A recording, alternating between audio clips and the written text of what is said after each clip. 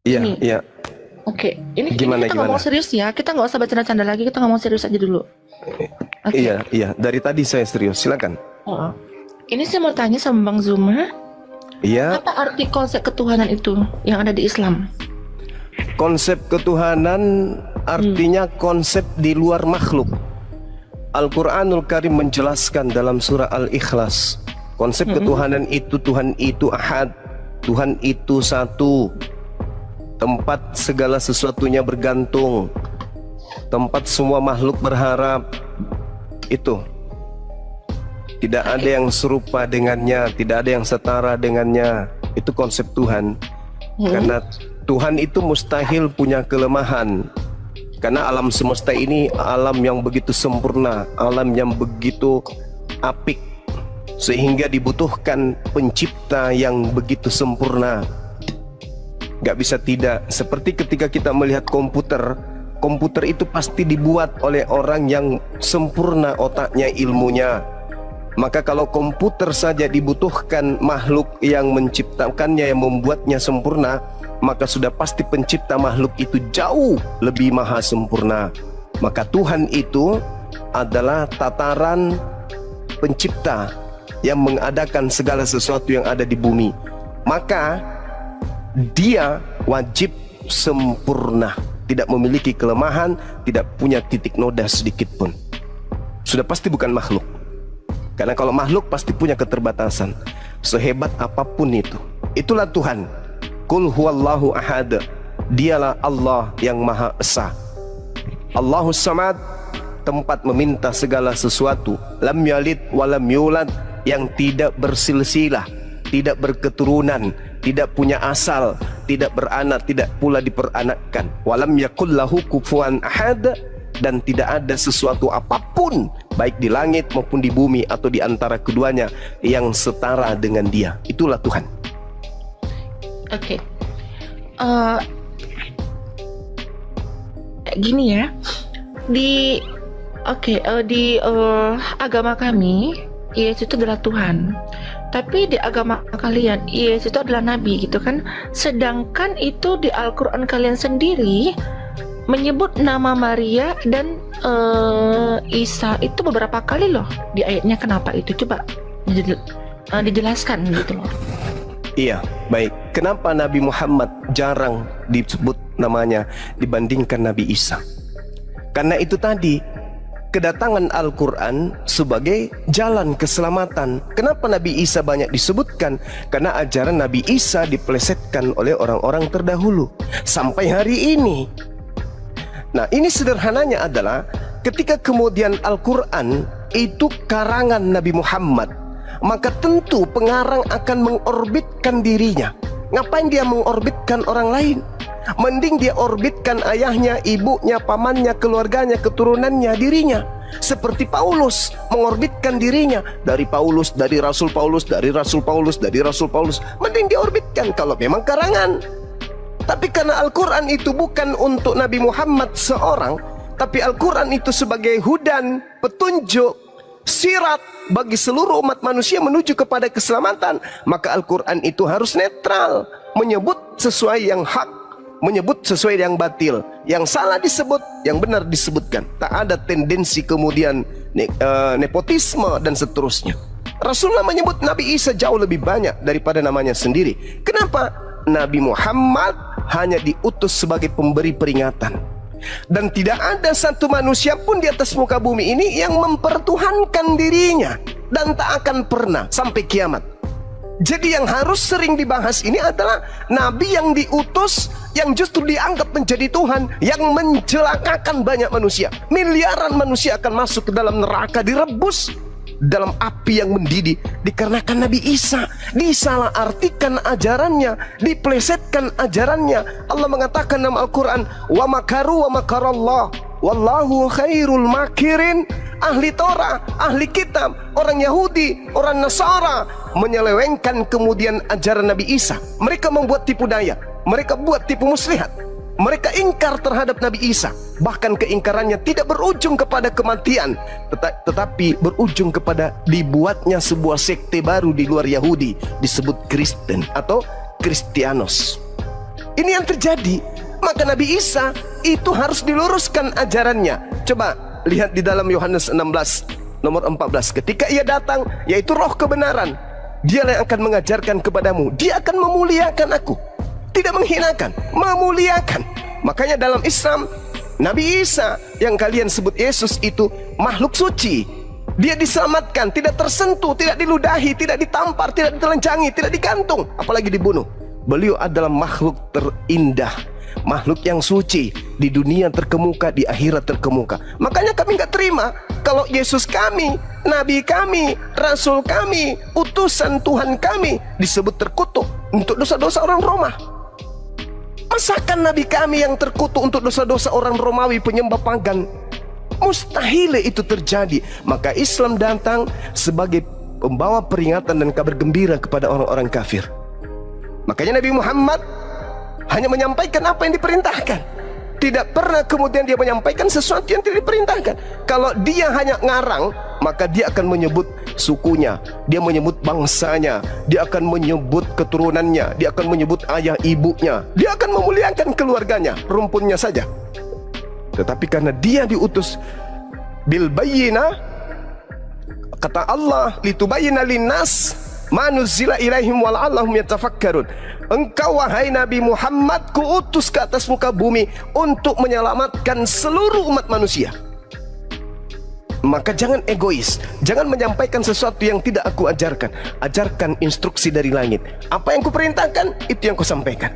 Begitu juga Yesus, karena dia Nabi. Begitu juga Musa, karena mereka adalah orang-orang sindik. Mereka ini adalah orang jujur, orang terpercaya, al-amin. Mereka nggak mungkin berdusta, mereka nggak mungkin ngarang-ngarang cerita, nggak mungkin. Yesus mengatakan di dalam Yohanes 12:49, aku tidak berkata-kata dari diriku sendiri loh. Apa yang aku katakan, apa yang diperintahkan oleh Tuhanku, katakan dan aku sampaikan. Aku diperintahkan menyampaikan, aku ini utusan, aku sampaikan. Aku diperintahkan mengajarkan supaya mereka orang Israel menyembah hanya kepada Dia yang ada di langit, aku sampaikan. Aku tidak berkata yang lain. Aku perintahkan mereka menjalankan hukum Taurat. Aku ajar mereka melakukan sabat. Aku ajari mereka berpuasa. Aku ajari mereka bersunat. Aku ajari mereka salat, sujud. Itu yang aku diperintahkan. Yohanes 14:24. Firman yang kau dengar dari mulutku itu bukan dari aku, tapi dari Dia yang telah mengutus aku. Di dalam Al-Quran pun dikatakan hal yang sama. Wa iz qala Isa ibnu Maryam ya bani Israel inni rasulullahi ilaikum. Wahai Bani Israel, sesungguhnya aku yang engkau tolak ini tak lain dan tak bukan adalah rasul penyelamat untuk kalian, tapi kalian menolakku. Kalian ya silakan. Oke. Gini Bang ya, itu kan konsep ketuhanan kalian gitu. Kalau kami kan itu tidak ada yang datang ke Bapa melainkan dari Yesus sendiri. Dari Yesus sendiri. Berarti gini, kalau kita pengen masuk surga, berarti kan itu kan dari Yesus sendiri gitu loh. Bener nggak? Nah, konsep kami seperti itu. Jadi gini, ini konsep kematian ya. Nih, ini kalau saya baca di kalian umat Muslim, konsep mati kalian tuh sangat mengerikan loh. Ya, ngeri banget ini. Sampai dibilang saya lihat nih ngeri lah pokoknya gitu ya. Nah, bagaimana itu bisa diungkapkan ya?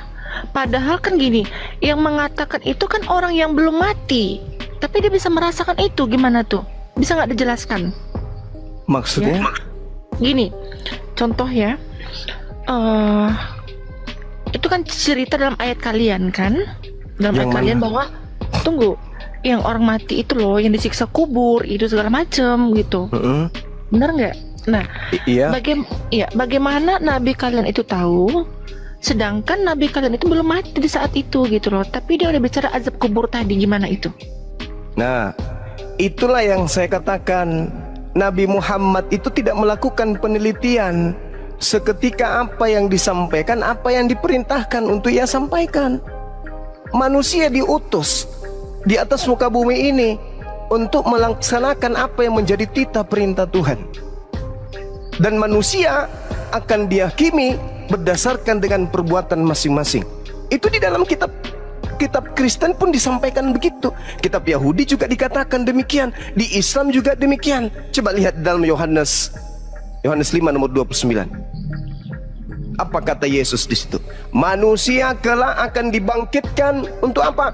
Untuk dihakimi berdasarkan perbuatan masing-masing. Itu, ya gini bang, itu kan cuma dijelaskan pembangkitan tadi ya, pembangkitan tadi di hari itu.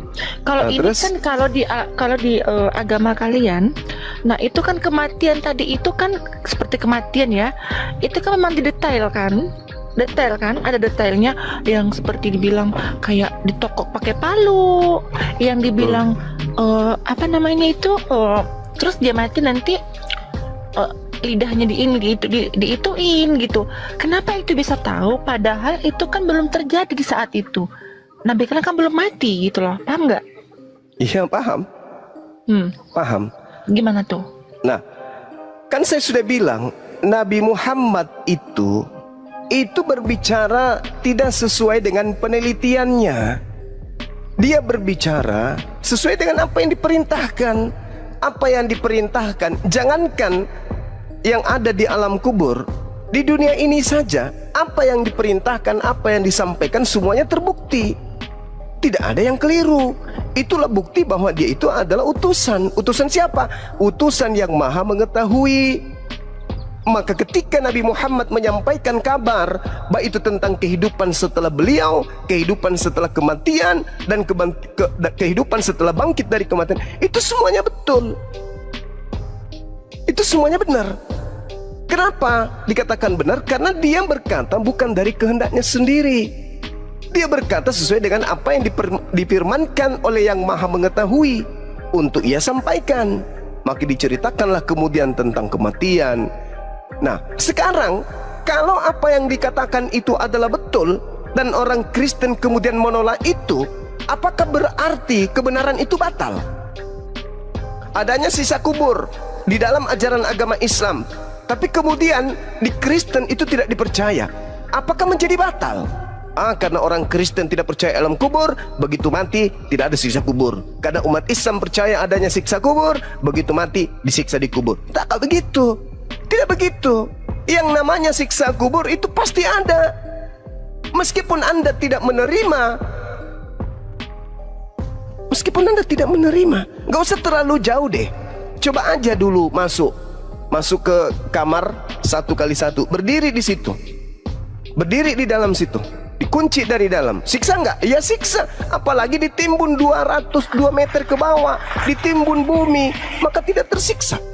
Tersiksalah. Pasti tersiksa itu. Apa yang bisa menyelamatkan kita kemudian? Amal kebajikan, amal soleh.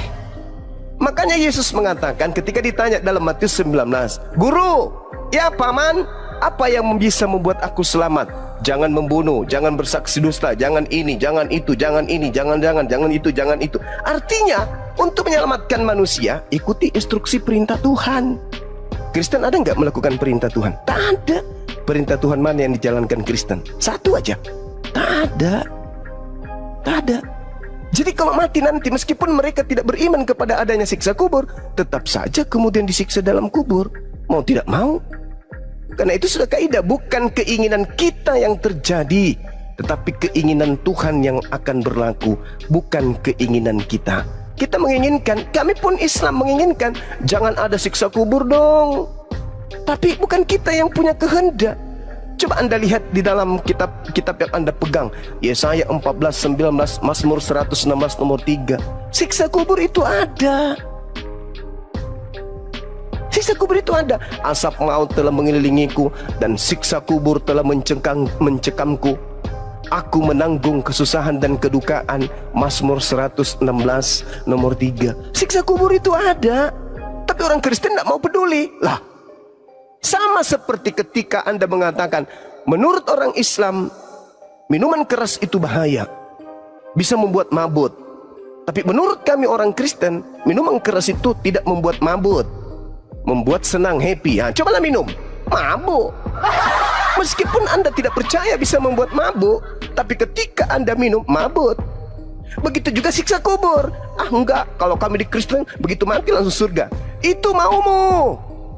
Kami pun juga mau demikian.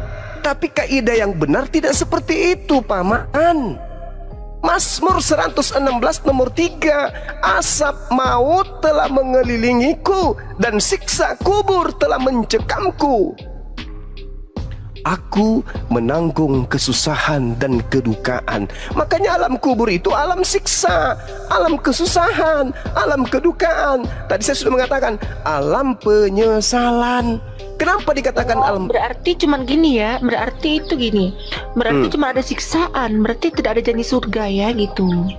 Gitu ya. Ini masih di alam kubur. Jadi di Islam itu ketika misalnya saya meninggal dunia, masuk ke alam kubur, alam barzah namanya, alam maut, alam tempat berkumpulnya ruh. Ruh orang yang sudah meninggal, yang tidak bisa ke bumi, tidak bisa juga ke akhirat. Dia berada di tengah-tengah. Alam ini berada di tengah. Baik dia agama apapun, semua berkumpul di situ. Nah, sekarang umat Islam ketika mereka mati, yang mereka lihat adalah kehidupannya di surga. Seibarat orang yang masuk ke dalam kamar lalu diputarkan film. Film yang dipertontonkan itu adalah dirinya sendiri, di mana di dalam film itu dia melihat dirinya di alam surga, di Taman Firdaus. Begitu indah, begitu bahagia. Apakah mereka tersiksa? Tidak. Malah matinya orang Islam itu seperti tidurnya malam pengantin. Tidak terasa tiba-tiba kiamat, tidak terasa tiba-tiba pagi. Pada saat kita dulu pengantin baru, ya kan ya? Ya kan ya? Betul gak? Tiba-tiba aja azan, Allahu Akbar, Allahu Akbar, mandi. Tapi kalau orang yang mati kafir dipertontonkan kemudian di mana dia akan pergi, yaitu di neraka, siksa. Cobalah masuk ke kamar, kunci dari dalam, putar film horor. Apakah umatnya Rasul kalian itu yang terakhir masuk surga? Kata siapa? Kata siapa? Umatnya Nabi Muhammad yang pertama masuk surga. Tidak ada umat masuk surga sebelum umatnya Nabi Muhammad. Yang terakhirlah yang pertama masuk ke surga, yaitu baginda Rasulullah Muhammad SAW. Nah, sedangkan Kristen mau kemana? Dihalang oleh Yesus yang asli. Matius 7 nomor 22, nomor 23. Dihalang. Sedangkan di Islam apa? Innalladzina amanu. Innalladzina amanu, apa? Sesungguhnya manusia yang berkata innallaha, sesungguhnya Allah itu adalah Tuhanku, maka dia akan dimasukkan ke dalam surga. Gimana ayatnya itu, Dinda? Surah Al-Baqarah, Al-Anfal ayat 38 ya. Itu jelas, itu diterangkan seperti itu.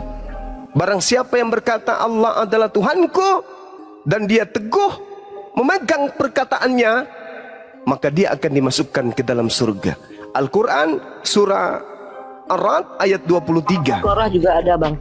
Al-Baqarah juga ada, Masya Allah. Itu jelas itu. Surah Al-Mu'minun, qad aflahal mu'minun. Beruntunglah orang-orang Islam yang mukmin, yang salat, yang zakat, yang tidak berzina, yang tidak berdusta. Mereka lah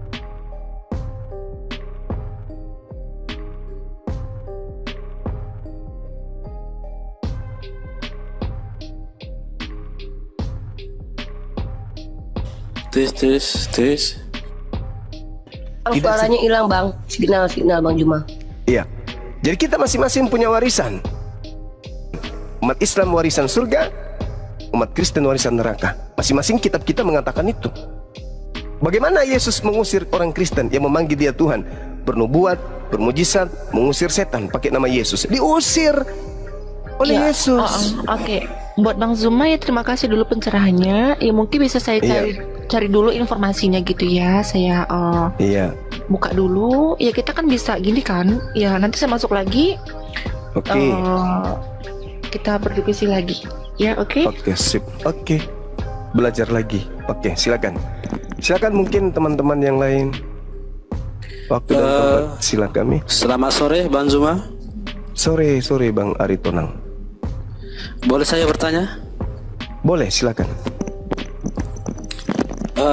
Jika kalian mentaati ajaran Allah, apakah membunuh itu juga ajaran dari Allah juga? Ada orang yang punya kedudukan di mana mereka ini halal untuk dibunuh. Ada orang yang memerangi itu halal untuk dibunuh. Misalnya negara kita ini diperangi, kita harus melawan. Kita harus melawan. Itu jihad namanya. Tetapi di dalam Al-Quran juga tidak boleh membunuh manusia yang tidak dibolehkan untuk dibunuh. Nggak boleh. Nggak boleh. Barang siapa yang membunuh satu manusia saja, tidak karena ada alasan yang membenarkan, maka dia seakan-akan membunuh seluruh umat manusia. Itu Al-Quran menerangkan itu. Oh gitu ya. Seperti itu. Yes. Lalu kenapa ada seorang oknum yang membunuh anak remaja saat lagi doa rosario? Lantas kesalahannya di mana? Kenapa? Ada seorang oknum membaca anak remaja yang sedang lagi doa rosario. Maka dia berdosa, nggak boleh. Al-Quran mengatakan itu, barang siapa yang membunuh satu manusia, maka dia sama halnya dengan membunuh seluruh umat manusia. Nggak boleh. Al-Quran mengatakan, surah Al-Ma'idah ayat 32, nggak boleh. Jadi kalau ada oknum yang melakukan hal itu, ya neraka tempatnya. Nggak boleh, karena itu dilarang oleh Allah. Betapa banyak dosanya dia, karena dia telah membunuh manusia yang tidak berdosa. Min ajli zalika katabna ala bani Israel annahu man qatala nafsa bighairi nafsi aw fasadi fil ard faka'annama qatala nas jami'a. Siapa yang membunuh satu manusia, maka dia sama halnya membunuh seluruh umat manusia. Betapa banyak dosanya. Tak boleh lagi dia masuk di surga kecuali dia taubatan nasuha. Gitu bang. Di Islam nggak boleh membunuh. Berbeda kalau di Bible, bunuhlah. Itu di Bible. Kami nggak diajarkan untuk bunuh loh. Karena kalian tidak melaksanakan Bible. Kami nggak diajarkan untuk bunuh, Bang Juma. Jangan salah. Karena kalian tidak taat kepada Bible. Loh, kok nggak taatnya di mana? Loh, kalau Anda taat maka Anda akan melakukan pembunuhan di mana-mana. Karena perintahnya seperti itu. Kami diajarkan jangan membunuh. Nah, buktinya kami nggak pernah membunuh. Mana dalilnya jangan membunuh? Tunjukkan ke saya kalau ada. Silakan bang, silakan. Cari aja di Google bang. Soalnya HP ku cuma satu. Jangan membunuh itu munculnya di mana? Di Keluaran 20. Tapi itu sudah dibatalkan oleh Paulus. Kalau sudah batal, makanya sama perintahnya jangan makan babi. Tapi kalian makan babi. Kenapa? Karena kalian pengikut Paulus. Kalian sudah batalkan perintah-perintah itu. Jangan membunuh, jangan bersaksi dusta, jangan ini, jangan itu. Apa kata Paulus? Dengan matinya Yesus, kita tidak lagi terikat di dalam hukum-hukum itu. Kita sudah bebas. Galatia 5 nomor 1, nomor 2 dan seterusnya. Efesus 2 nomor 15 dan seterusnya. Jadi Kristen itu bebas. Mau melakukan apa bebas. Coba Anda baca Kolose 2. Tamatkan satu perikop. Apakah masih ada hukum di Kristen? Tak ada lagi. Bebas. Mau ngapain aja Kristen itu bebas. Gak boleh lagi terikat dengan hukum-hukum. Makanya kalian ibadah minggu ada aturannya? Gak ada. Kalian karang sendiri. Menyembah Yesus ada aturannya? Kalian bikin sendiri. Natal ada aturannya? Kalian bikin sendiri. Menyembah Yesus ada aturannya? Kalian bikin sendiri. Kalian itu adalah makhluk yang tidak lagi taat tunduk kepada Tuhan. Kalian tunduk kepada aturan agama kalian sendiri yang kalian buat-buat sendiri. Berbeda dengan kami. Orang Yahudi taat kepada perintah Tuhan melalui Torah. Orang Islam taat kepada perintah Tuhan melalui Al-Quran. Kalian taat kepada siapa? Melalui Bible. Taat kepada iblis. Itu bang. Iyalah Bang Juma, iyalah. Iya, itu fakta bu. Itu fakta. Iyalah. Iya. Ada lagi? Udah cuma itu aja. Oke, sip. Contoh ya. Innalladzina amanu ya ayyuhalladzina amanu idza nudiya lis-sholati min yaumil jumu'ah. Wahai umat manusia, apabila diseru engkau salat Jumat maka lakukanlah. Salat Jumat ada perintahnya. Keluaran 31 nomor 13-14. Lakukanlah, peliharalah hari Sabat, kuduskanlah hari Sabat itu. Ada perintahnya. Nah, perintah Minggu mana? Perintah Minggu ada? Ya hari Sabat itu hari apa? Bukannya hari Sabat itu hari Minggu? Hari Sabtu. Ya Sabtu. Nah sekarang siapa yang memerintahkan Kristen ibadah Minggu? Nggak ada diperintahkan. Cuma kalau bagian di luar Israel itu boleh beribadah di hari Minggu gitu. Siapa yang membolehkan? Nabi mana yang mengajarkan? Tuhan yang mana yang mengajarkan? Iblis, Paman. Nah itu betul. Makanya di dalam Matius 24 nomor 15, apabila engkau melihat sang pembinasa keji duduk di tempat kudus seperti yang dinubuatkan Daniel kepadamu. Apa nubuatan Daniel? Penyesat itu akan datang dan membantah perintah-perintah Sang Yang Maha Tinggi. Apa perintahnya Sang Maha Tinggi kepada Bani Israel? Sabat, Sabtu. Apa perintahnya sang pembinasa keji? Minggu. Perintahnya kemudian Elohim kepada Bani Israel apa? Menyembah kepada Tuhan yang Ahad. Perintahnya kemudian yang datang kepada orang Kristen apa? Menyembah kepada Yesus. Beda kan? Beda. Makanya Yesus mengusir Kristen. Kenapa Yesus mengusir Kristen? Karena Kristen itu bukan ajaran Yesus. Bukan. Saya boleh diperhadapkan dengan pendeta, apapun levelnya, berhadapan dengan saya. Mau 100 pendeta saya sendiri, saya ingin tanya dari mana asal usulnya agama Kristen ini. Muaranya pasti kepada bukan Yesus. Pasti bukan Yesus. Lalu kepada siapa? Paulus. Dari mana Paulus menerima ajaran itu? Iblis, Paman. Nah itu betul. Pintar ini anak. Kasih celana dalam dia, pakai di luar seperti Superman. Gitu bang. Jadi beragama itu, beruntunglah kita hidup di zaman sekarang. Kita bertemu dengan saudara-saudara kita yang dari Islam, bisa mencerahkan kita meskipun kita beda keyakinan. Begitu juga kami, beruntung bertemu dengan saudara-saudara Kristen. Kami bisa melihat betapa bodohnya, betapa jahilnya orang-orang ini, zalim sezalim-zalimnya. Bibelnya mengajarkan, tetapi mereka menolaknya. Justru yang mereka ajarkan, yang mereka praktikkan adalah apa yang diperintahkan oleh orang selain daripada Yesus. Padahal jalan keselamatan hidup itu, kebenaran hidup itu Yesus. Bukan Lukas, bukan Markus, bukan gereja, bukan bapak-bapak gereja, tapi Yesus. Apa yang Yesus ajarkan? Itu yang harus dilakukan. 2 Yohanes 1 nomor 6. Barang siapa yang berkata Yesus ada dalam dirinya, maka dia wajib hidup sebagaimana Yesus hidup. Yesus hidup sebagai Kristen atau sebagai Yahudi? Sebagai Yahudi. Berarti Kristen ini siapa? Kan harus hidup seperti Yesus. Kalau mengaku Yesus ada dalam dirinya, maka dia wajib hidup sebagaimana Yesus hidup. Yesus hidup sebagai Kristen atau sebagai Yahudi? Sebagai Yahudi. Kristen Yesus itu Galatia 4 nomor 4 nomor 5, Ibrani 5 nomor 7, Kisah Para Rasul 4 nomor 30.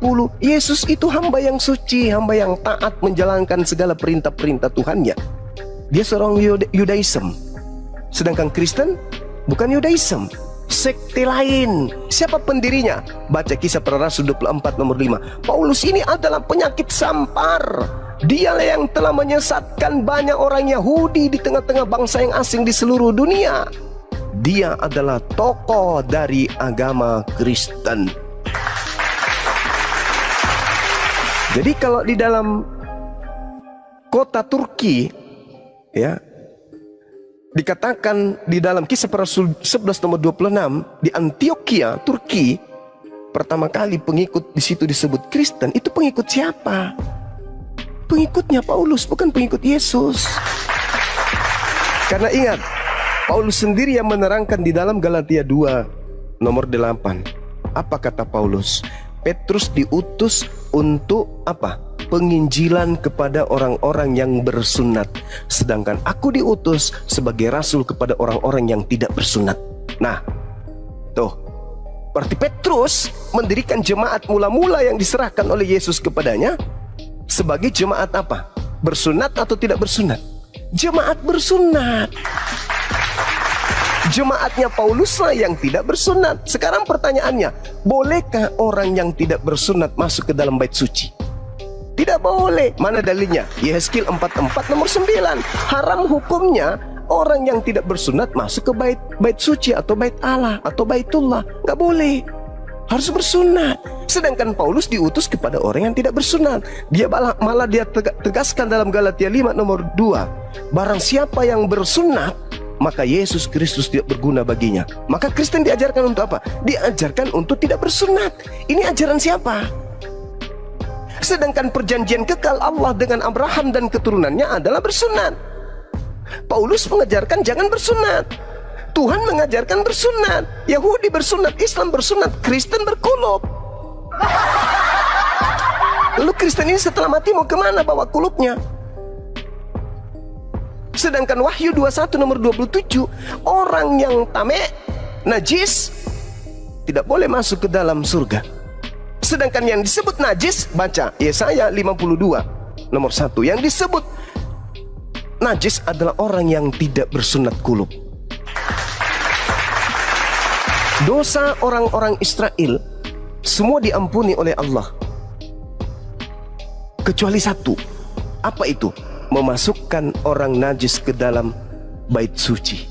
Di mana tertulis? Yehezkiel 44 nomor 6, nomor 7, nomor 8.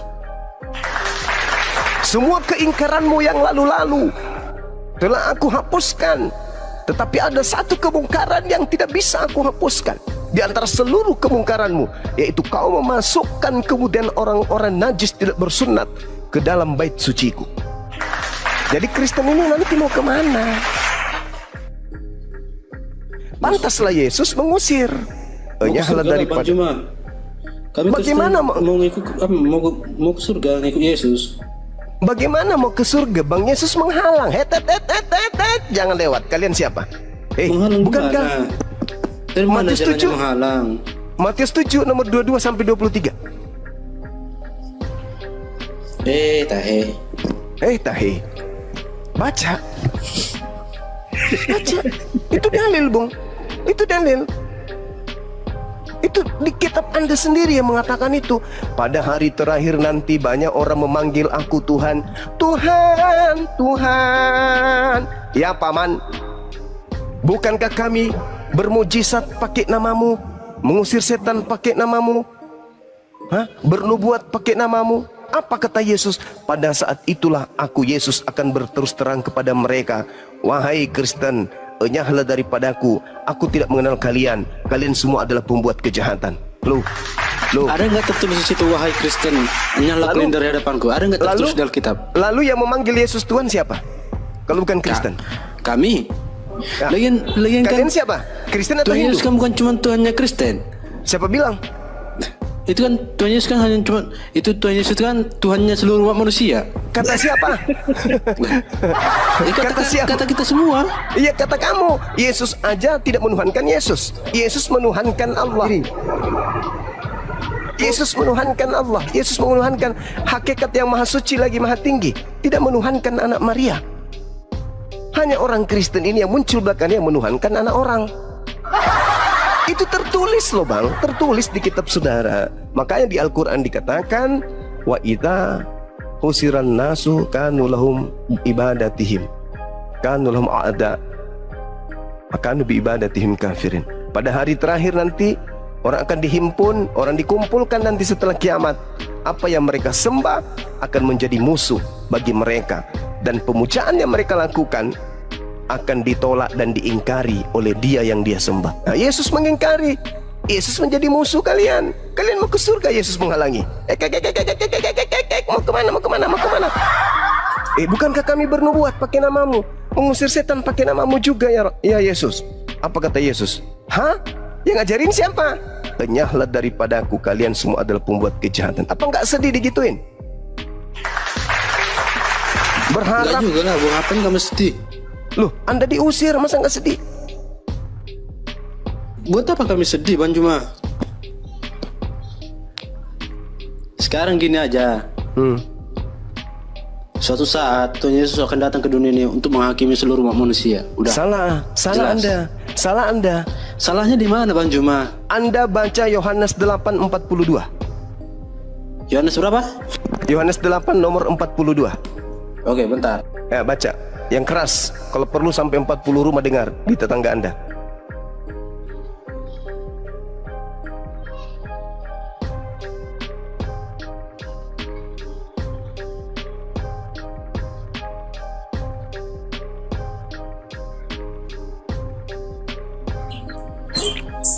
Oke, izin Bang Sems, Kristen atau Muslim Bang? Bang Sems, Anda Kristen atau Muslim Bang? Silakan dibuka mikrofonnya Bang. Bang Sems, Kristen atau Muslim Bang? Oh ya, standby. Assalamualaikum. Waalaikumsalam warahmatullahi wabarakatuh. Izin Islam, Bang. Bang. Ya izin, kita gantian dulu Bang karena kita mau naikkan teman-teman Kristen ya. Mohon maaf Bang Sems. Ya Assalamualaikum. Bang, izin Bang. Ya, silakan. Sebentar ya Bang, saya ingin menyapa Bang Juma aja. Assalamualaikum Bang Juma. Waalaikumsalam warahmatullahi wabarakatuh. Izin Bang, saya fans Abang kali. Saya selalu mengikuti Abang. Jadi saya cuma ingin menyapa Abangnya dan tim-tim apologet Islam. Selamat berjuang Bang. Assalamualaikum. Waalaikumsalam warahmatullahi wabarakatuh. Bang Sam. Yohanes berapa tadi Bang Juma? Yohanes 8 ayat berapa? Yohanes 8 nomor 42. Di situ Yesus berkata, aku datang bukan atas kehendakku sendiri. Endingnya di mana? Anda kan mengatakan dia akan datang menghakimi seluruh manusia. Endingnya di mana? Yohanes 12:48. Itu endingnya. Barang siapa yang menolak aku dan tidak menerima perkataanku, dia sudah ada hakimnya, yaitu firman yang telah kukatakan, itulah yang akan menjadi hakimnya pada akhir zaman. Jadi yang dihakimi Yesus, apakah seluruh umat manusia? Tidak. Dia datang hanya untuk Bani Israel. Dia menyampaikan firman hanya untuk Bani Israel. Jadi yang dihakimi nanti hanyalah Bani Israel, bukan menghakimi saya. Karena asas yang dipakai, hukum yang dipakai untuk menghakimi oleh Yesus adalah perkataan yang pernah keluar terucap dari mulutnya. Dia berkata apa? Wahai Bani Israel, sesungguhnya aku ini diutus hanya kepada domba yang sesat dari Bani Israel. Yesus berkata, Yohanes 10 nomor 5 nomor 6, Yesus berpesan kepada ke-12 muridnya agar jangan ke bangsa lain, tetapi pergilah kepada bangsa yang sesat dari umat Israel. Nanti muridnya itu dihakimi. Kalau sampai muridnya ada yang keluar dari Bani Israel mengajarkan sesuatu yang tidak diajarkan oleh Yesus, maka dia akan dihakimi oleh Yesus. Ditanya dia, hei kau misalnya ditanya sama Yesus muridnya, hei Petrus, ya paman, siapa yang mengajarkan kau sampai ke Roma mengajar? Saya kan sudah perintahkan samamu, jangan ke bangsa lain. Kenapa kau tolak? Apa kata Petrus? Kira-kira, oh itu bukan Petrus saya. Saya tetap waktu hidup tetap penginjilan untuk Bani Israel. Itu ada di Petrus di Roma. Oh itu bukan Petrus saya bang. Itu orang lain yang diberi gelar Petrus supaya dianggap saya. Terus ini Kristen ini siapa ini? Kok dia sebut-sebut namaku? Kok dia menyembahku? Kok dia bermujizat pakai namaku? Ini yang ngajarin siapa? Bukan juga saya. Lalu siapa? No, sana no, yang botak kepalanya no. Enyahlah daripadaku kalian semua adalah pembuat kejahatan, karena aku tidak mengenal engkau. Lalu yang selama ini kamu panggil siapa? Oh itu Yesus juga memang. Bukankah saya sudah mengatakan di dalam kitab kalian, Lukas 21:8, waspadalah kepada iblis penyesat yang datang kepadamu dengan memakai nama Yesus dan berkata akulah Yesus. Waktunya sudah dekat dan jangan kau percaya. Penyesat datang mengaku Yesus, akulah Yesus yang kau aniaya. Kamu percaya, padahal kan sudah kubilang jangan kau percaya ketika datang penyesat mengaku Yesus, karena nanti kedatanganku di akhir zaman. Aku datang dengan tubuhku, jasadku. Sedangkan yang datang kepada Paulus itu hanya suara saja, hanya roh yang datang berupa cahaya. Itu bukan saya.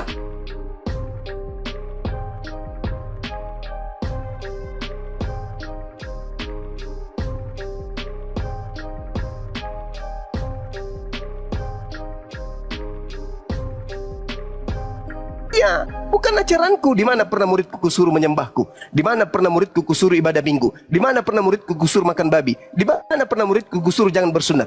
Hah, ada? Enggak ada. Orang-orang Yahudi muridku bersunat semua. Tak ada yang makan babi. Kamu makan babi, kamu tidak bersunat, kamu sekolah kamu ibadah minggu, kau menyembahku karena kau ikut Yesus palsu. Ikutlah ke sana ke neraka. Enyahlah daripadaku, aku tidak mengenal engkau. Teriak orang Kristen.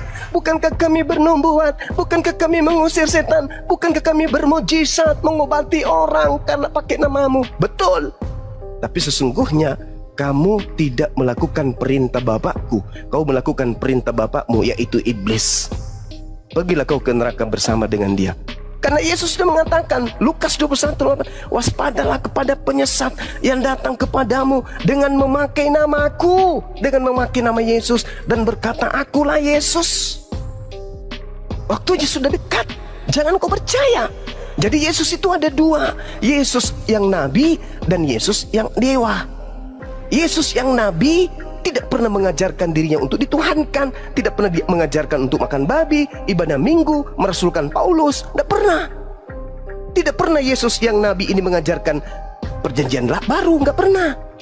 Tapi Yesus yang satu ini, yang dewa ini, yang roh ini, pneuma, itu yang mengajarkan Paulus, sehingga muncul 13 buku Paulus. Inilah yang menjadi panduan orang Kristen menyembah yang bernama Yesus. Sedangkan ajaran itu berasal dari makhluk halus yang mengaku Yesus, yang datang kepada Paulus, pendiri agama Kristen. Saya tidak mengada-ngada, saya belajar Bible. Matius 7 yang berkata itu, pada hari terakhir banyak orang akan memanggil aku Tuhan, Tuhan. Bukankah kami mengusir setan pakai namamu, bermujizat pakai namamu juga, bernubuat pun pakai namamu?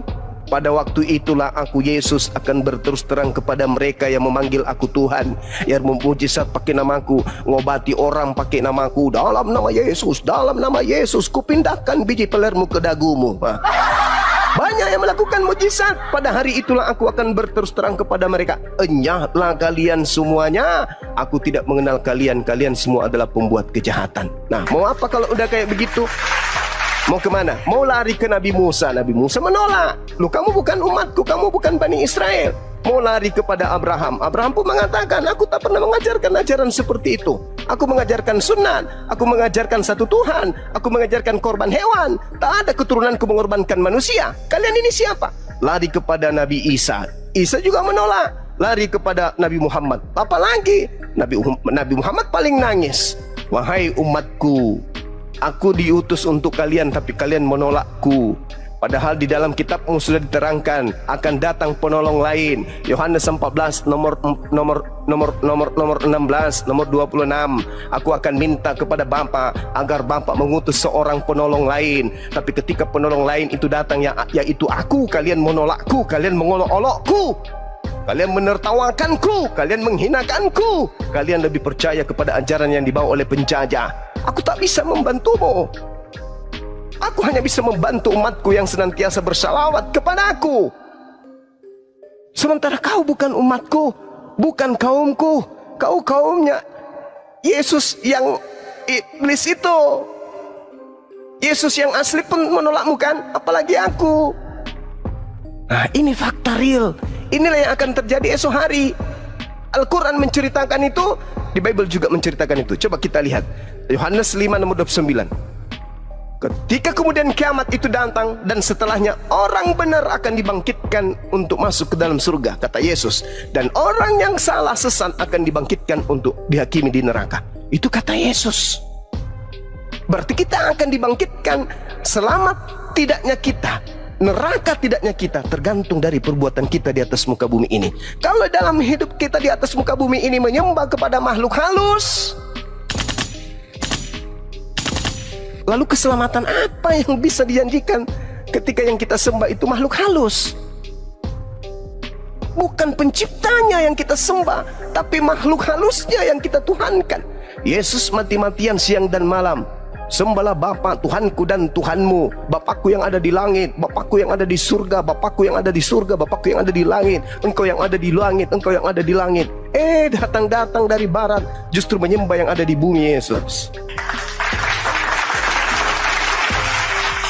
Kalau umat Islam ditanya, lalu umat Islam menyembah siapa? Umat Islam menyembah Sang Khalik, bukan makhluk sembahan kami. Loh, mana sembahanmu? Kota hitam yang ada di Mekah? Oh tidak, itu adalah bait. Itu adalah bait kudus, bait Elohim, baitullah, baitel. Itu bukan Tuhan. Itu adalah baitullah, bait Allah. Bait Elohim. Tapi Anda Hajar Aswad, oh itu batu saksi. Sebagaimana Yosua 24:27. Sebagaimana Yesaya 6 nomor 7. Itu adalah batu yang dijadikan sebagai batu tubuh yang akan menjadi saksi di hadapan Allah. Lalu Tuhanmu yang mana? Rabbus samawati wal ar, yang tak terlihat oleh jasad manusia, tetapi kemudian dialah yang melihat. Umat Islam tidak perlu melihat dengan kasat mata kepada pencipta. Kenapa? Karena pencipta itulah yang melihat kita manusia. Berbeda dengan saudara Kristen, dia yang harus melihat Tuhannya. Bahkan melihat Tuhannya dibunuh oleh tentara Romawi. Na'udzubillah tsumma na'udzubillah. Ini kezaliman. Ini zalim.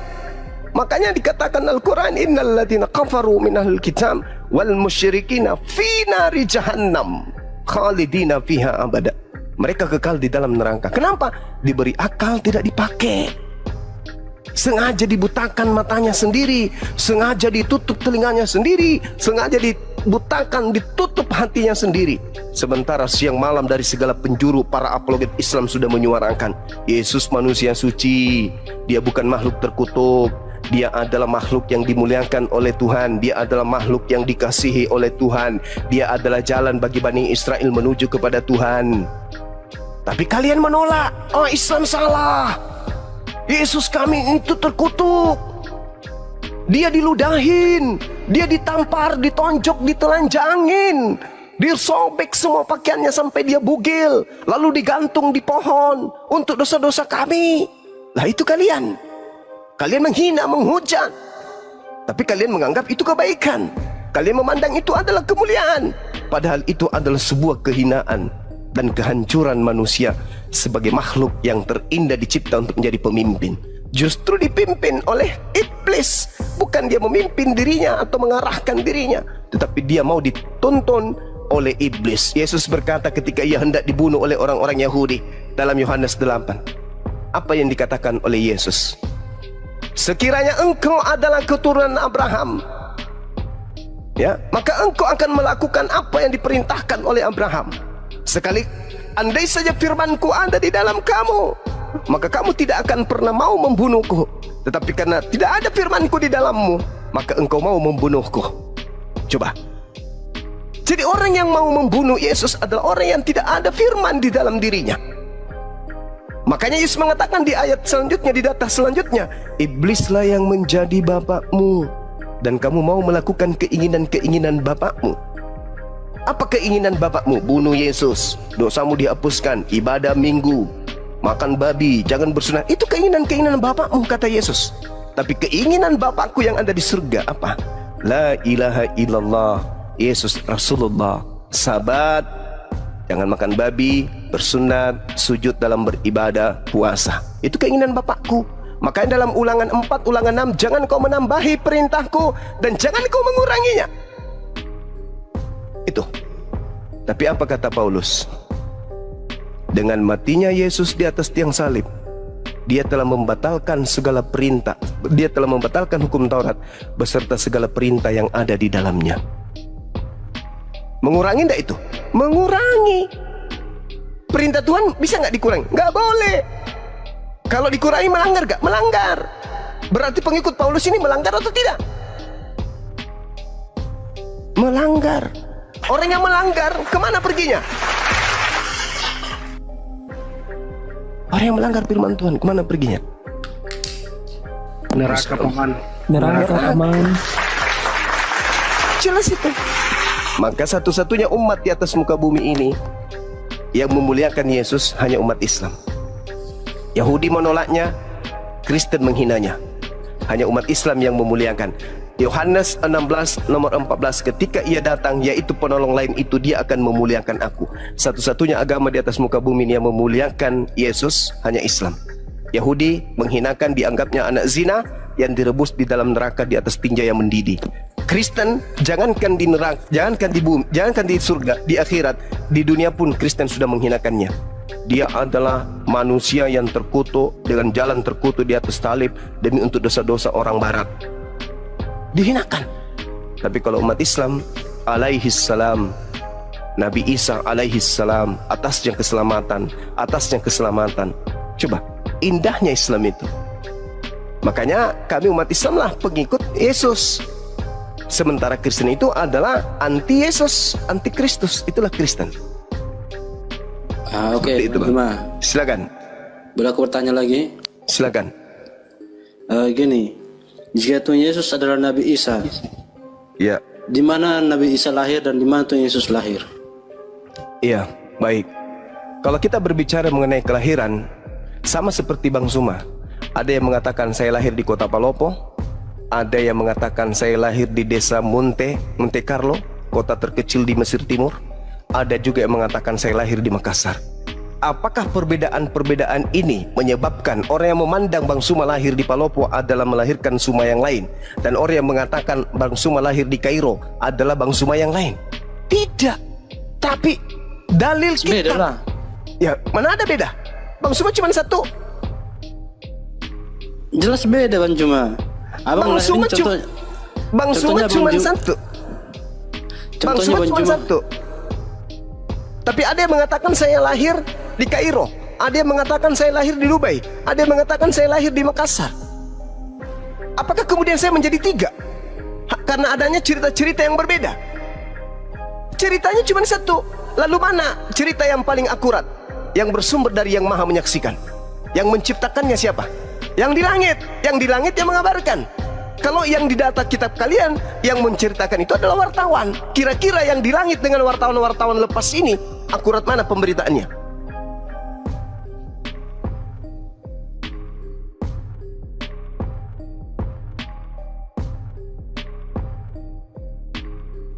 Tes.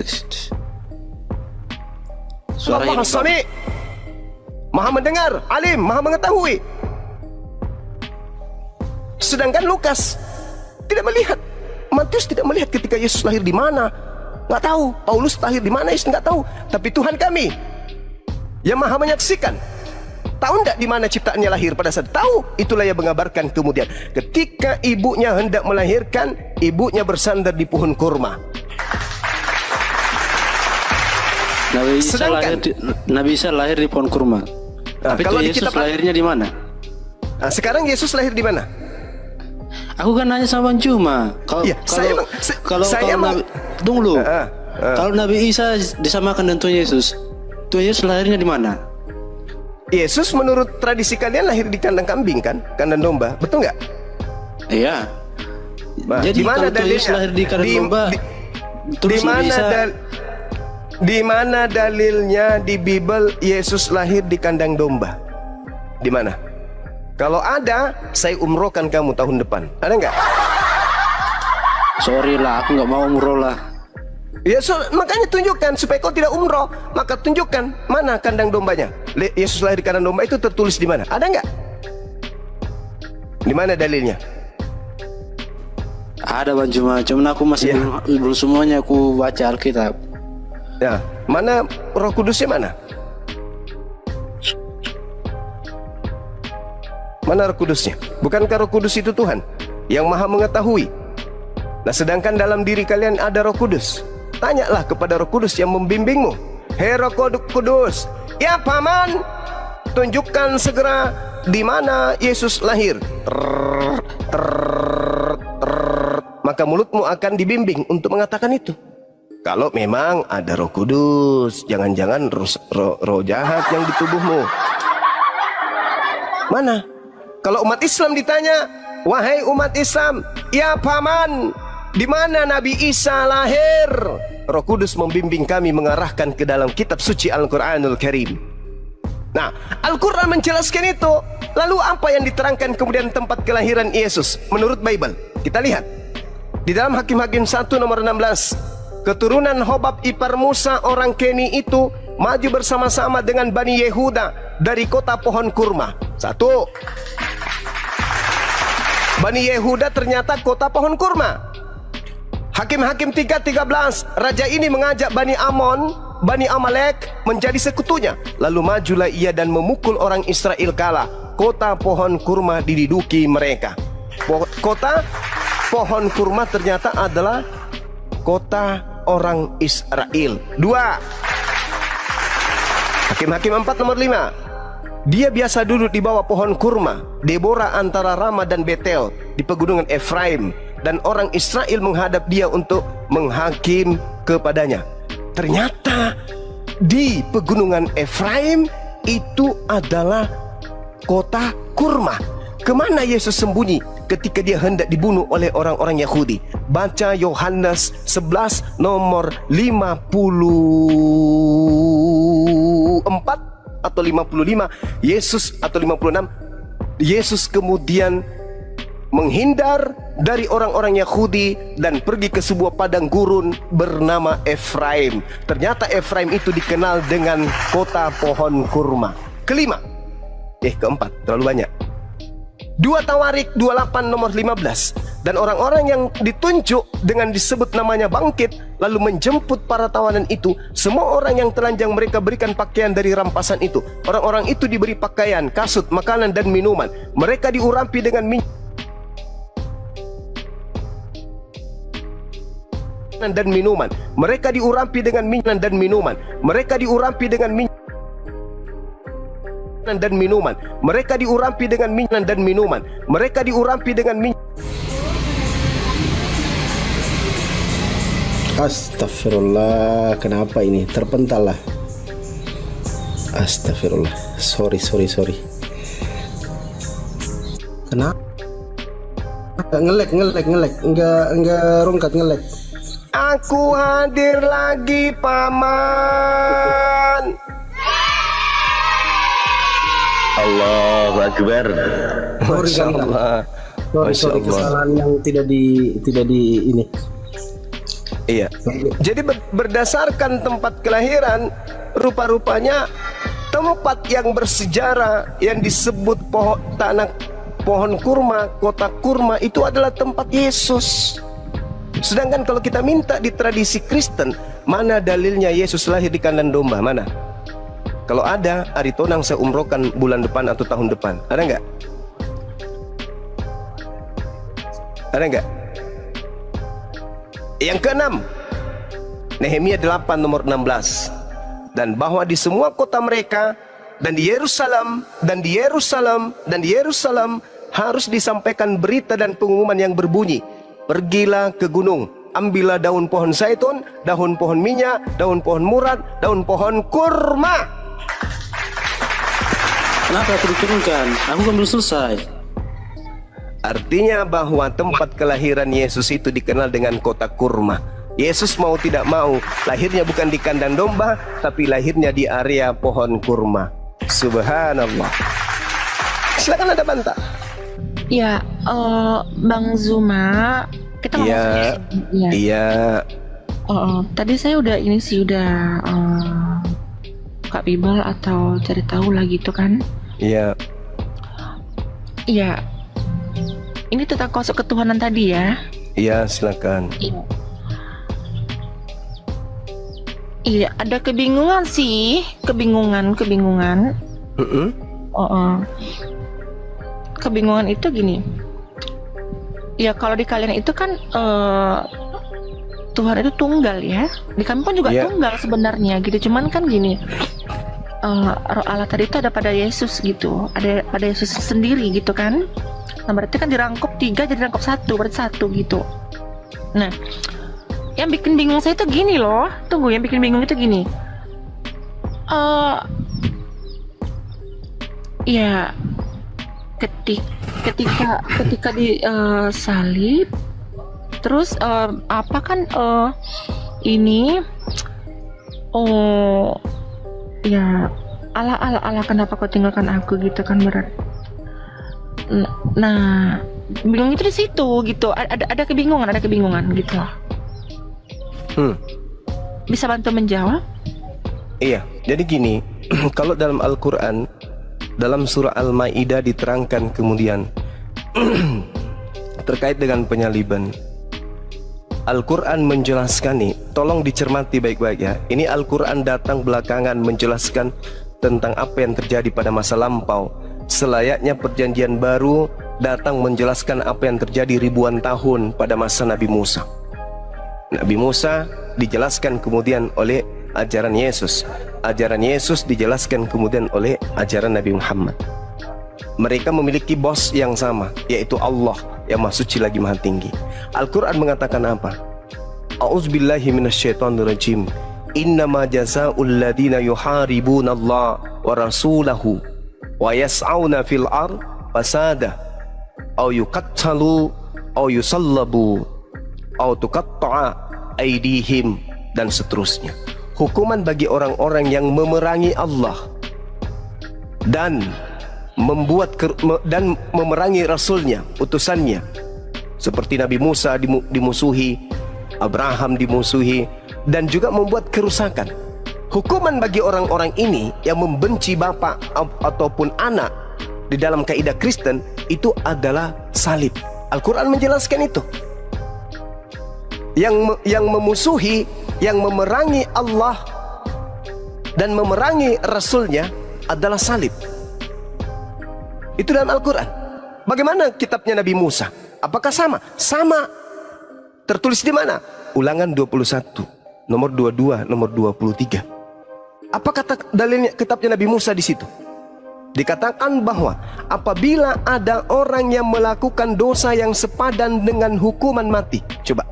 Berarti dia adalah orang yang berdosa. Apabila ada orang yang melakukan dosa sepadan dengan hukuman mati, lalu kau gantung dia, jangan kau biarkan mayatnya semalam-malaman. Sebab orang yang dikutuk oleh Elohim, jangan kau biarkan mayatnya menyentuh tanah yang diwariskan Elohim kepadamu. Berarti Al-Quran mengatakan yang disalib ini adalah pendosa. Iya. Kitabnya orang Yahudi juga mengatakan yang disalib ini adalah pendosa. Nah sekarang pertanyaannya, apakah Yesus seorang pendosa?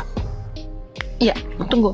Berarti konsepnya gini. Berarti konsepnya Yesus itu menyembah Tuhan kalian gitu. Iya betul.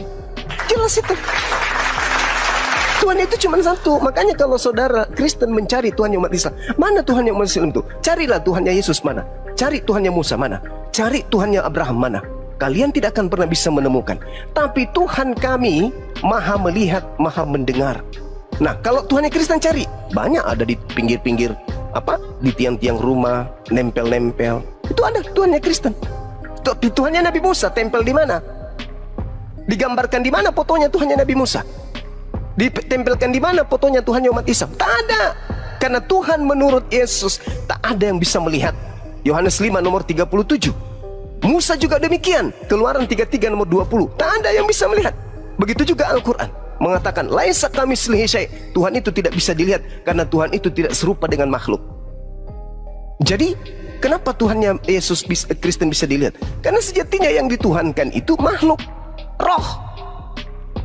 Nah, itu yang aku cuma bentar. Silakan. Aku izin pamit dulu soalnya aku mau ke gereja. Iya, silakan Bang, silakan. Ya. Salam sama pendetanya. Salam dari Bang Suma bilang. Iya. Permisi ya, Bang Juma. Ya, Jangan dulu Bang Aritonang. Jangan kau tinggalkan dulu aku Bang. Sini dulu. Kau kerja sore. Pergi kau. Aritonang, kenapa kau tinggalkan aku begitu harusnya kan? Hari Minggu itu Yesus menggembalakan domba. Hari Sabtu baru ke gereja, kalian kebalik. Nah, kenapa kemudian Yesus teriak Eli Eli sama Sabaktani? Itu sebenarnya hanya cocokologi yang diambil dari kitab Mazmur. Itu cocokologi. Tidak ada hubungannya. Yesus itu tidak pernah memanggil Tuhannya dengan panggilan Eli. Yesus tidak pernah ditinggalkan oleh Tuhan karena dia adalah orang yang dikasihi. Mazmur 37 nomor 28-29. Tuhan tidak akan pernah meninggalkan orang yang dikasihi. Sementara yang ada di Mazmur berapa itu teman-teman? Mazmur 2 ya? 22 ya? Ya, berarti kan konsepnya gini Bang. Konsepnya itu Tuhan, berarti Yesus sendiri itu menyembah Tuhan kalian gitu kan? Nah, betul. Intinya. Iya, memang Yesus menyembah Allah yang maha suci lagi maha tinggi. Bukankah Yesus itu Allah? Allah itu Gimana? sendiri. Oh, tidak bisa. Karena Allah itu bukan makhluk. Bilangan 29 nomor 13. Allah bukan manusia dan bukan anak manusia. Yesus manusia dan Yesus anak manusia. Bagaimana bisa dia Allah? Yesus berkata di dalam Yohanes 5 nomor 37, Allah itu tidak bisa dilihat, suara Allah tidak bisa didengar. Kata siapa? Kata Yesus. Berarti Yesus bukan Allah. Ya emang bukan. Ya tapi kan roh Allah itu ada pada dirinya sendiri gitu loh. Semua manusia itu rohnya adalah roh Allah. Seperti rohnya Olan, itu rohnya siapa? Itu rohnya Allah. Makanya di dalam Kejadian 6 nomor 3, rohku, Allah berfirman, rohku tidak selamanya berada dalam diri manusia. Berarti roh yang ada pada diri kita ini roh Allah.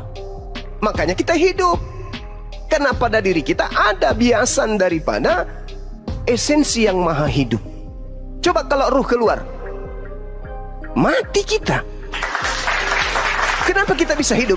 Karena bias percikan yang maha hidup itu ada pada diri kita berupa roh. Kalau roh dicabut, mampus. Secantik apapun Anda, mati pasti.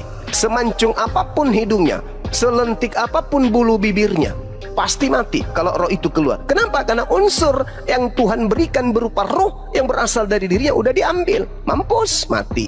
Jadi roh yang ada pada diri kita itu adalah roh Elohim. Kejadian 6 nomor 3. Coba, Anda tahu roh Anda? Anda tidur sama roh, Anda makan bersama roh, Anda keluar ke bumi bersama dengan roh, tidur bersama dengan roh, tak sedetik pun Anda pernah berpisah dengan roh. Barang yang paling dekat dengan diri Anda itu adalah roh Anda. Tetapi Anda tidak mengenalinya kan? Rohnya seperti apa wujudnya? Seperti apa bentuknya? Kayak mana dia? Ada di dalam tubuh Anda, tapi Anda tidak mengenalnya. Itulah yang disebut eksistensi ketuhanan.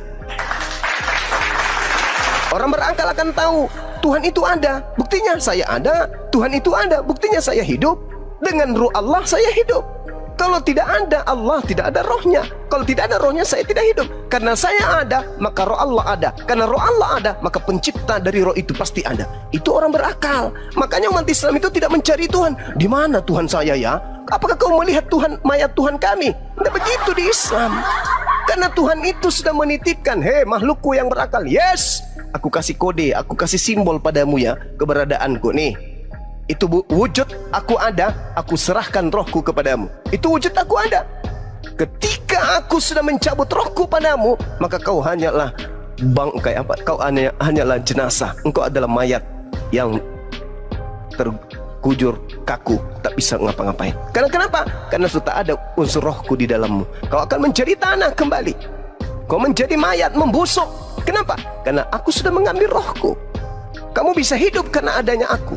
Maka hanya orang yang lemah akal lah yang tidak bisa menemukan Tuhan. Harus ada fotonya. Wah, ini foto Tuhan saya, gondrong, lesung pipinya cantik, bibirnya bagus, kumisnya tipis, hidungnya mancung, lehernya bergerigi dan seterusnya. Tak ada Tuhan kayak gitu. Itu pagan namanya. Orang yang berakal itu pejamkan mata, berseru, wahai engkau yang menciptakan alam semesta. Maka yang menciptakan alam semesta itu mendengar, melihat, oh, hambaku si Fulan lagi memujiku, lagi memuliakanku. Itu orang yang berakal itu begitu. Makanya Nabi Abraham, mana Tuhannya? Tak bisa kita lihat. Tuhannya Musa mana? Tak bisa kita lihat. Tuhannya Yesus mana? Tak bisa kita lihat. Tuhannya Nabi Muhammad? Tak bisa kita lihat. Lalu apa? Bagaimana cara kita berhubungan dengan esensi yang menciptakan kita? Dengan cara ibadah. Makanya umat Islam itu 5 kali sehari semalam. Ngapain mereka? Berkontak dengan Tuhan. Berbeda dengan kalian. Ada harus patungnya di depan, sujud di situ, cium-cium patungnya. Apa itu? Pagan. Mempertuhankan makhluk. Ya, sebenarnya bukan mencium patung gitu loh. Itulah wujudnya. Itulah apanya tadi itu, inkarnasinya tadi itu gitu. Itu pagan itu namanya. Artinya sama seperti orang Quraisy. Mereka tidak mempertuhankan berhala-berhala itu, tidak. Mereka jadikan berhala itu sebagai mediasi. Ketika mereka ditanya, siapa yang menciptakan kalian? Allah. Siapa yang menjadikan semuanya ini? Allah. Kenapa kamu menjadikan patung berhala-berhala ini? Karena kami tidak bisa melihat Allah.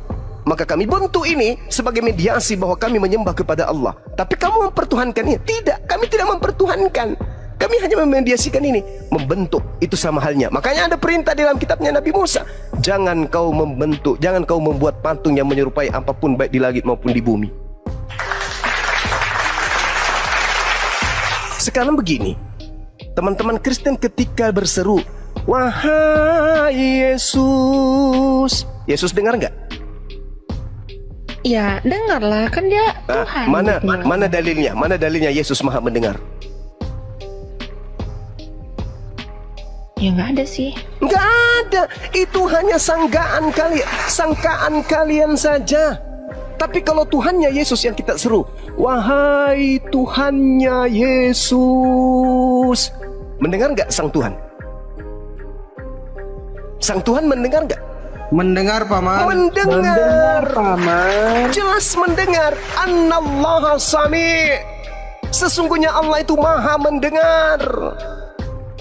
Itu dalilnya. Tuhan yang kami sembah maha mendengar.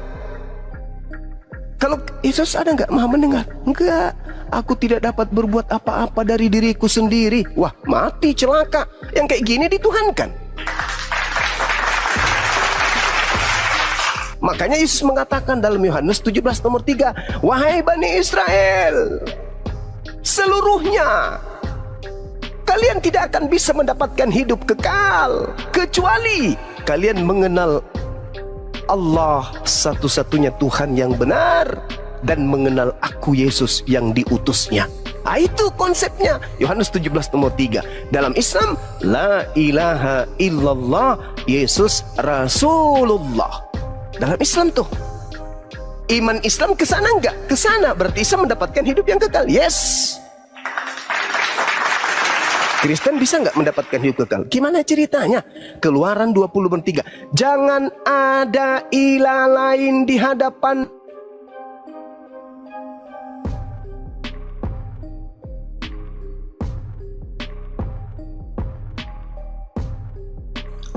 Tes, Paman. Gila, suara Banyu. Assalamualaikum warahmatullahi wabarakatuh. Waalaikumsalam, Paman.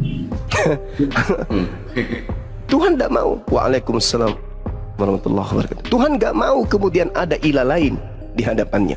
Nggak mau. Yesus dilantik jadi Tuhan. Mau nggak Tuhan? Nggak mau. Makanya Yesus mengusir karena Yesus diilahkan. Siapa yang mengilahkan? Ya Kristen. Makanya Yesus mengatakan kepada Bani Israel, waspadalah kepada serigala yang datang kepadamu nyamar seperti domba, padahal mereka adalah serigala yang buas. Kenapa orang-orang itu disebut serigala yang buas? Karena mereka membunuh anaknya sendiri, memakan anaknya sendiri. Kenapa dikatakan membunuh anaknya sendiri? Kenapa? Karena dia mengajarkan anaknya darah dagingnya sendiri untuk menyembah kepada selain daripada ilah yang diperkenalkan oleh para nabi. Itu sama hanya membunuh anak kita. Anak kita lahir suci, kita bentuk dia menjadi karakter seorang yang menyembah selain daripada pencipta langit dan bumi. Itu sama halnya kita membunuh dia. Makanya orang-orang ini disebut sebagai apa? Serigala yang buas. Anak sendiri dimakan. Orang yang betul adalah menumbuh kembangkan anaknya, lalu diajarkan untuk berpikir, nak, cari agama yang betul. Cari agama yang betul. Kalau engkau menemukan Islam betul, masuk Islam. Hindu yang betul, masuk Hindu. Kristen yang betul, masuk Kristen. Bagaimana cara membetulkan segala sesuatunya? Terkhusus iman. Segala sesuatunya dibenarkan oleh akal. Oke, gini Bang ya. Berikan saya waktu dulu untuk menjawab ini semua gitu loh. Ya, karena silakan. banyak pertimbangan. Oke? Oke, kita tanya jawab boleh 5 menit. Boleh tanya jawab kita 5 menit, boleh? Boleh. Oke. Menurut Saudari Olan, apakah semua iman yang ada di setiap agama itu betul? Ya betul. Berarti iman Islam betul? Ayo. Ya. Jujur, iman Islam betul. Iman Hindu? Iman Hindu betul nggak? Ya gitu Bu. Iman seseorang itu ya benar. Berarti Hindu benar, Buddha juga benar. Ya semua agama itu benar. Berarti Tuhan itu banyak.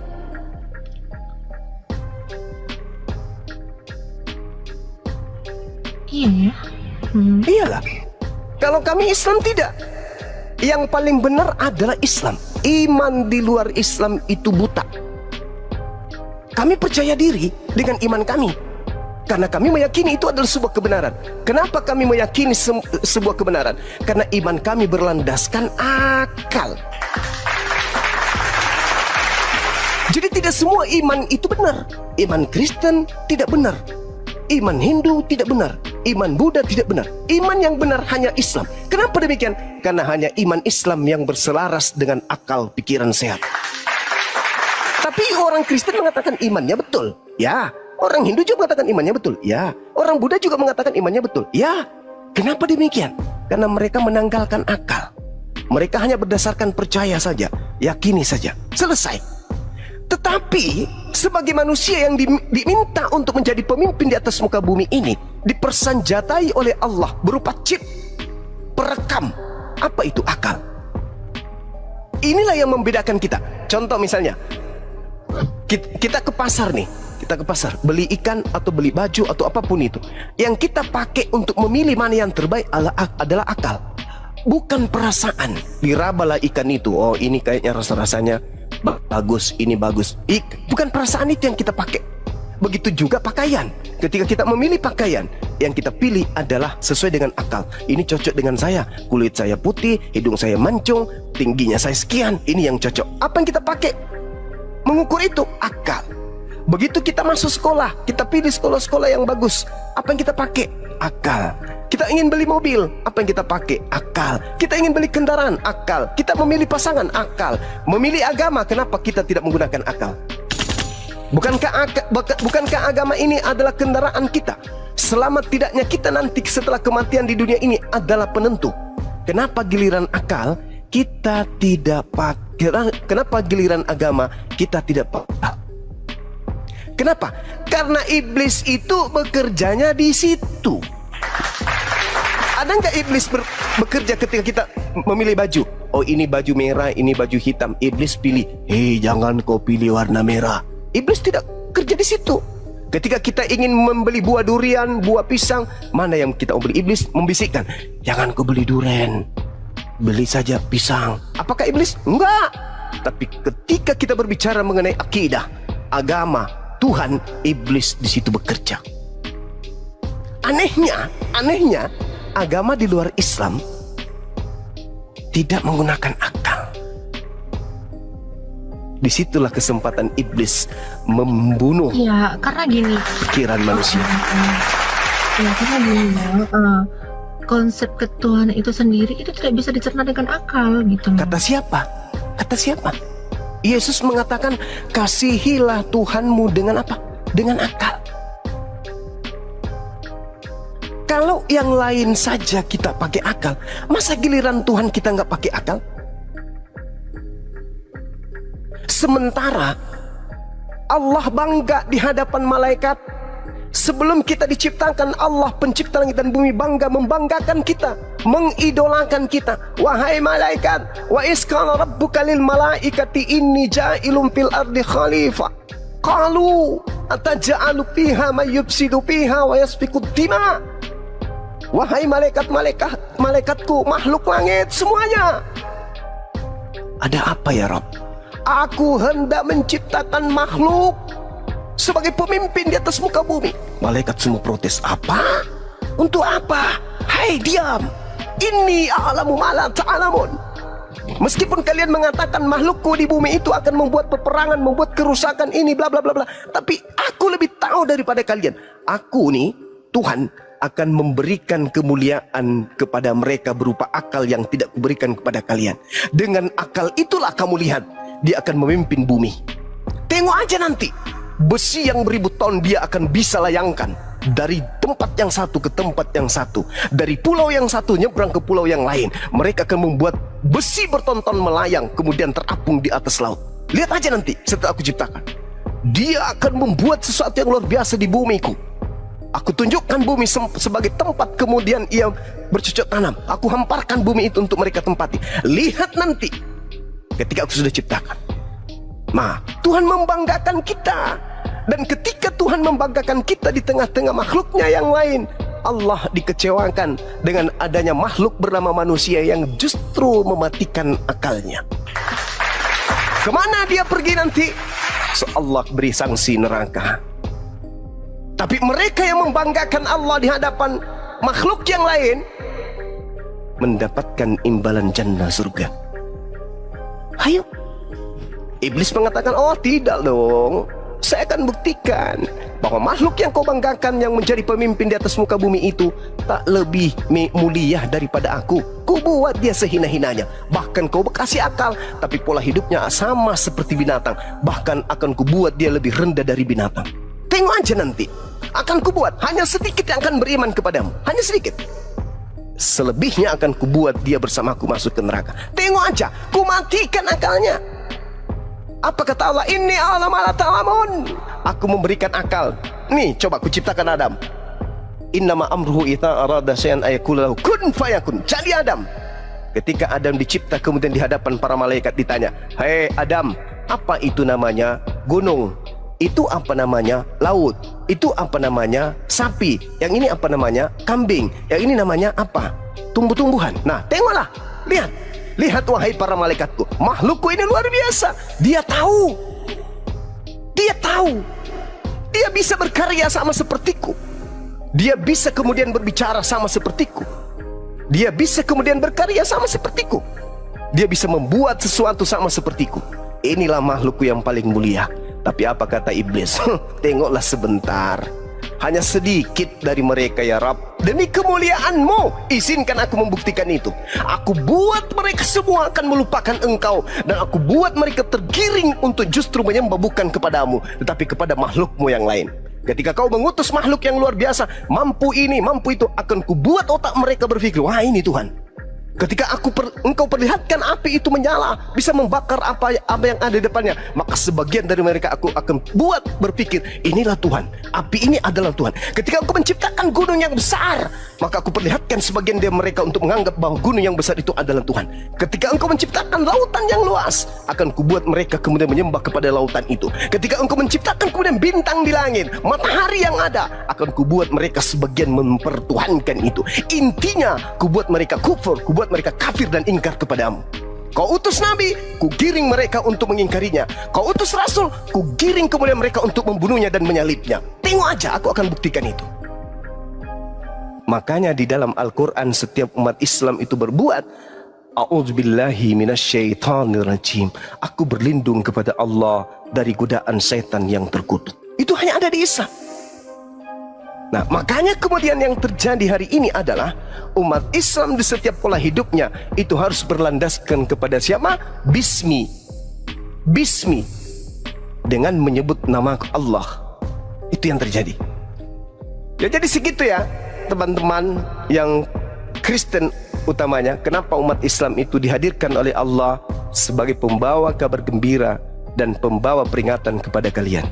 Karena kalian berasal dari agama terdahulu, agama leluhur kalian, tidak berasal dari agama para nabi. Karena itulah kemudian agama nabi terakhir datang sebagai pola kabar gembira dan pemberi peringatan. Anda mengikuti kabar gembira itu, Anda mengikuti pembawa peringatan ini, alhamdulillah. Kalian ingkar, maka siap-siap bersama dengan iblis di dalam api neraka. Sekira begitu.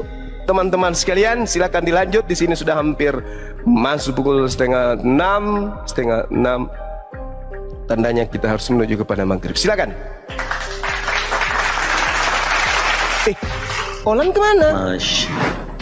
Terpental. Oh, terpental. Dibawa sama Lucifer keluar. Silakan dilanjut. Silakan Dek, silakan. Kang Dito, Akang, silakan. Christian. Mau nanya nih, Juma. Iya. Boleh nanya? Quran Boleh. abad 7 yang buang Quran abad 7 naskah asli siapa? Kenapa? Yang Quran yang abad 7 naskah aslinya yang buang siapa? Naskah asli dibuang. Naskah asli dibuang. Naskah itu apa, Bang? Naskah nggak tahu. Lu umur berapa? Naskah nggak tahu. Ya enggak, saya tanya dulu. Naskah berapa? Naskah itu apa? Lu tanya dulu. Naskah itu apa, Bang? Artinya kau di naskah apa? Saya tanya sebelum saya menjelaskan. Naskah itu apa, Bang? Mau dakwah naskah mau dakwah. Cuma. Ya, Jum, gimana dong? masa nggak tahu Jum naskah Nggak, itu saudara sendiri tahu nggak naskah itu apa? Tulisan Jum. Oh, naskah. tulisan. Iya, tulisan. Nah, pertanyaan Anda apa? Quran yang udah di zaman Muhammad udah ditulis. Ah, dong. berarti tulisan, ya kan ya? Ya. Oke, baik. Tulisan Quran udah ditulis loh zaman Muhammad. Oke, baik. Saya jawab ya. Warna atau naskah. Cuma ya udah. Pertanyaan Anda itu lucu loh. Anda bertanya naskah kan? Karya tulis yang dibuat dengan tangan. Betul? Jangan curhat. Cerita aja udah. Jangan curhat Jum. Cerita naskah itu yang abad. Ya udah turun. Anda turun. Anda turun aja, turun. Ya, gitu lebih bagus. Aman kok? Aman.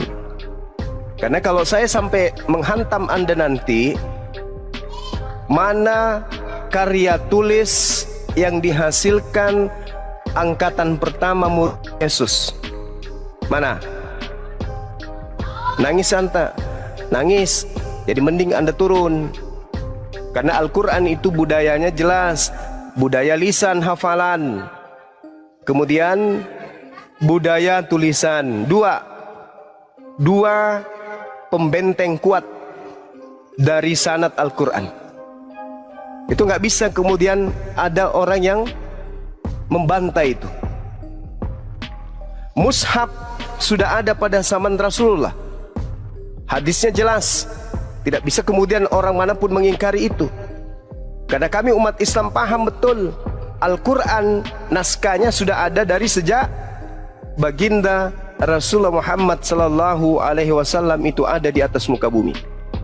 Silakan Anda baca hadis riwayat Bukhari 2990 dan juga hadis riwayat Muslim 1869. Naskah sudah ada sejak baginda Rasulullah Muhammad sallallahu alaihi wasallam. Selain naskah ada, zaman Rasulullah semua para murid itu menghafal. Makanya dikatakan dalam hadis Rasulullah, "Huzu al-Qur'an min arba'ah." Terima Al-Quran itu dari keempat sahabatku. Tuh, ada legalitas. Nah sekarang, kalau saya berbicara tentang Bible, sesuai dengan pertanyaan saudara, naskah Bible mana? Yang pertama, bagus, Joki akal sehat, bagus, dicatat di bawah. Ya teman-teman, silakan Anda buka di hadis Bukhari 2990, hadis riwayat Muslim 1869. Jelas naskah sudah ada pada zaman Rasulullah. Artinya Rasulullah mengetahui naskah tersebut, Rasulullah membaca naskah tersebut, Rasulullah menghafal bersama dengan para sahabatnya tentang Al-Quran ini. Nah, yang dituliskan kemudian secara budaya tulisan itu adalah hafalan dari naskah-naskah yang ada. Itu jelas itu. Jadi sanad Al-Quran itu luar biasa. Sanad itu adalah mata rantai penyampaian Al-Quran. Manuskripnya jelas, naskahnya jelas, apalagi hafalannya jelas, tulisannya jelas, bacaannya jelas. Itulah Al-Quran. Tapi kalau Bible, selangkah dari Yesus, pada zaman Yesus ada nggak orang yang kemudian menulis Bible? Zaman Yesus? Tak ada. Bagaimana teman-teman, sudah dicek hadis tadi? Betul? Betul adanya bahwa naskah sudah ada zaman Rasulullah? Coba dicek.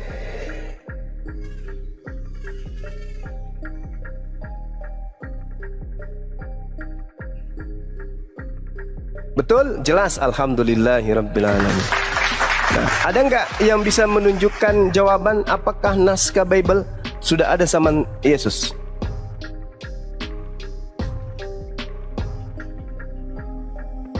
Nggak ada, Paman. Nggak ada, Paman.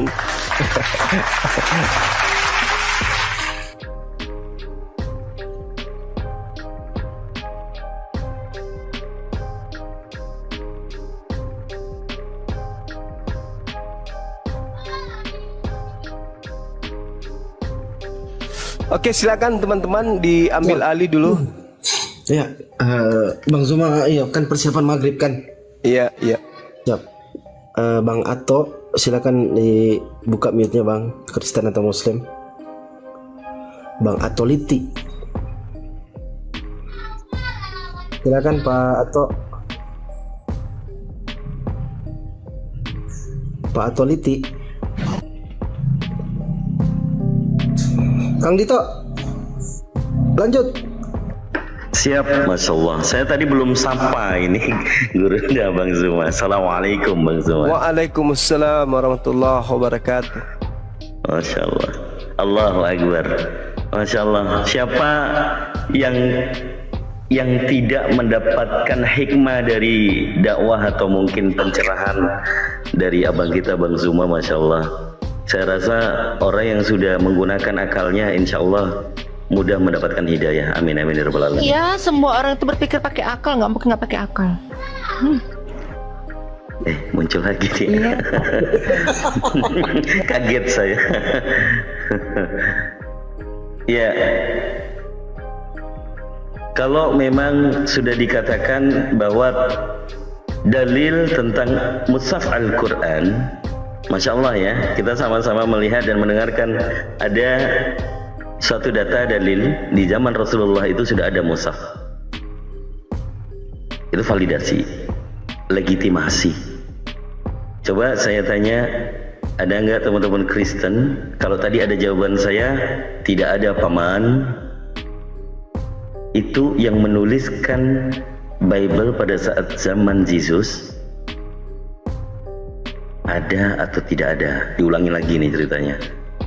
Tidak ada paman. Itu memang tidak ada.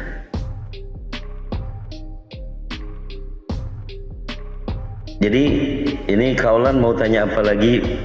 Coba dengan Kang Dito sama Bang Zuma. Bang Zuma lagi persiapan maghrib. Mungkin kita lanjutkan diskusinya. Ya, gimana ya? Ya ada benarnya juga. Ya perkataan yang kalian lontarkan itu ada benarnya juga sih. Ya meningkatlah 70% gitu. Alhamdulillah, minimal ada improvement ya. Dari 0 sama sekali naik 25%, naik lagi 50%, dan hari ini pengakuan 70%. Masya Allah. Mudah-mudahan semakin banyak bertanya dan tidak menduga-duga lagi, apalagi belajar dari Islamologi. Itu nggak dibenarkan, begitu ya. Nah, satu fakta lagi, sebenarnya kalau boleh menyampaikan kepada saudara-saudara Kristen, keimanan kalian tentang Yesus itu Tuhan dibenarkan di dalam Bible, yaitu tulisan Paulus untuk jemaat Roma. Di situ dikatakan ada suatu harapan yang memang dari pribadi penulis, yaitu Paulus. Dengan matinya Kristus, kemudian bangkit supaya ia menjadi Tuhan. Itu perkataan Paulus. Jadi tulisan Paulus mengatakan supaya ia menjadi Tuhan. Yang selanjutnya di Roma 10 nomor 9. Paulus mengatakan untuk suatu ajaran sehingga diikuti oleh teman-teman Kristen semuanya. Apa yang dikatakan di dalam Roma 10 nomor 9? Barang siapa yang mengaku dengan mulutnya bahwa Yesus Kristus adalah Tuhan. Ya, kita yakini semua orang Kristen mengakui, mengamini bahwa Yesus itu Tuhan. Ternyata sumbernya valid dari Paulus. Maka yang dikatakan oleh abanda kita, Bang Zuma, Masya Allah, jadi orang Kristen itu menjadi pengikut Paulus.